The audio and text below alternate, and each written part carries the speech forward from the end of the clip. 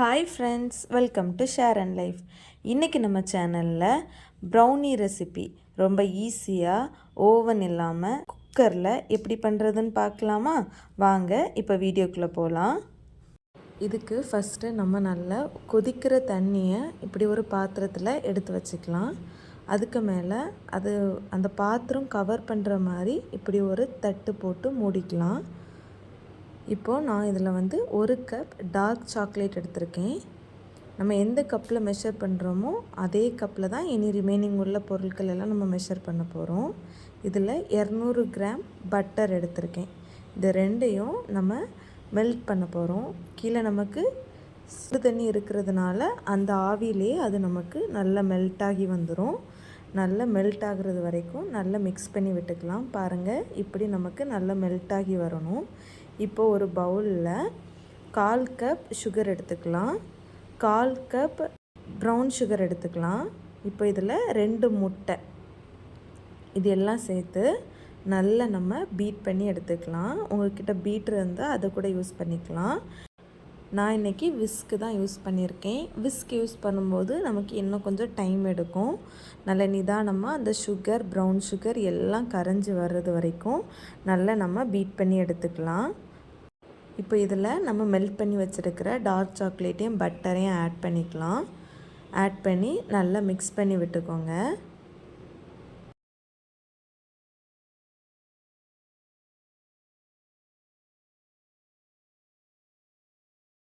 நல்லா மிக்ஸ் ஆகி வந்ததுக்கப்புறம் இதில் நம்ம ட்ரை இன்க்ரீடியன்ட்ஸ் எல்லாம் ஆட் பண்ணிக்கலாம்.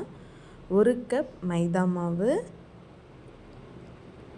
1/4 கப் கொக்கோ பவுடர்,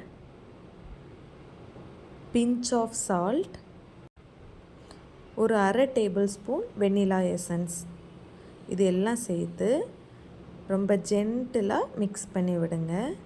எல்லாம் நமக்கு அந்த ட்ரை இன்க்ரீடியன்ட்ஸ் எல்லாமே நமக்கு நல்லா மிக்ஸ் ஆகி வரணும். பாருங்கள், நமக்கு நல்லா மிக்ஸ் ஆகி வந்திருக்கு. இதில் வாட்டர் எதுவுமே எக்ஸ்ட்ரா ஆட் பண்ணக்கூடாது.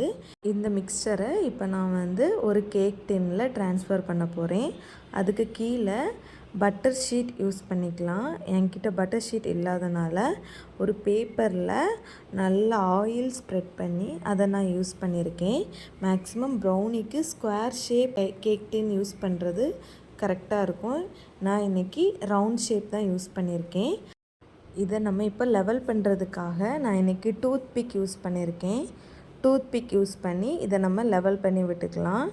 அப்போ தான் நமக்கு பேட்டர் எல்லாம் கரெக்டாக லெவலாகி வரும். இப்போ இதில் நம்ம டாப்பிங்ஸ் ஆட் பண்ணிக்கலாம். டாப்பிங்ஸுக்கு நான் இன்றைக்கி டார்க் சாக்லேட்டை தான் மேலே ஆட் பண்ணியிருக்கேன். இதில் உங்களுக்கு நட்ஸ் கூட ஆட் பண்ணிக்கலாம். குக்கரை ஒரு 10 மினிட்ஸ் ஹீட் பண்ணி வச்சுக்கோங்க. இப்போ அதில் கீழே இதே மாதிரி ஒரு தட்டு வச்சுட்டு அதுக்கு மேலே நம்ம கேக் டின்னை வச்சிடலாம். வச்சுட்டு இப்போ நம்ம குக்கர் லிட்டு போட்டுடலாம். இதில் விசில் போட வேண்டாம். அதே மாதிரி அந்த மூடியில் நம்ம அந்த கேஸ்கட்டையும் எடுத்துடலாம். ஒரு 20 to 25 மினிட்ஸ் அப்படியே மீடியம் ஃப்ளேமில் வச்சு மூடி வச்சுருங்க.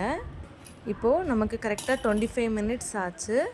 இப்போ நம்ம இது ரெடி ஆகிடுச்சானி ஒரு டூத் பிக் வச்சு நம்ம குத்தி பார்த்துடலாம். பாருங்கள், கரெக்டாக ரெடி ஆகிடுச்சு. இப்போ நம்ம அதை வெளியே எடுத்து அன்மோல்டு பண்ணிடலாம். நல்ல சூடு ஆறுனதுக்கப்புறமா நம்ம அதை பீஸ் போட்டுக்கலாம். பாருங்கள், ரொம்ப அருமையான ப்ரௌனி ரெடி ஆகிடுச்சு. இது பட்டர் ஷீட் கரெக்டாக போட்டால் நமக்கு சைடில் ஷேப்ஸ் கரெக்டாக வரும். அதுவும் நம்ம ஸ்கொயர் ஷேப் டின்னில் பண்ணால் கரெக்டாக இருக்கும். ரொம்ப ரிச்சான ப்ரௌனி ரொம்ப ஈஸியாக வீட்டிலையே, அதுவும் ஓவன் எதுவும் இல்லாமல் குக்கர்லேயே நம்ம ஈஸியாக பண்ணிடலாம். இந்த ரெசிபி உங்களுக்கு பிடிச்சிருந்தனா வீடியோவுக்கு லைக் பண்ணுங்கள், ஷேர் பண்ணுங்கள், சப்ஸ்கிரைப் பண்ணுங்கள். தேங்க்ஸ் ஃபார் வாட்சிங்.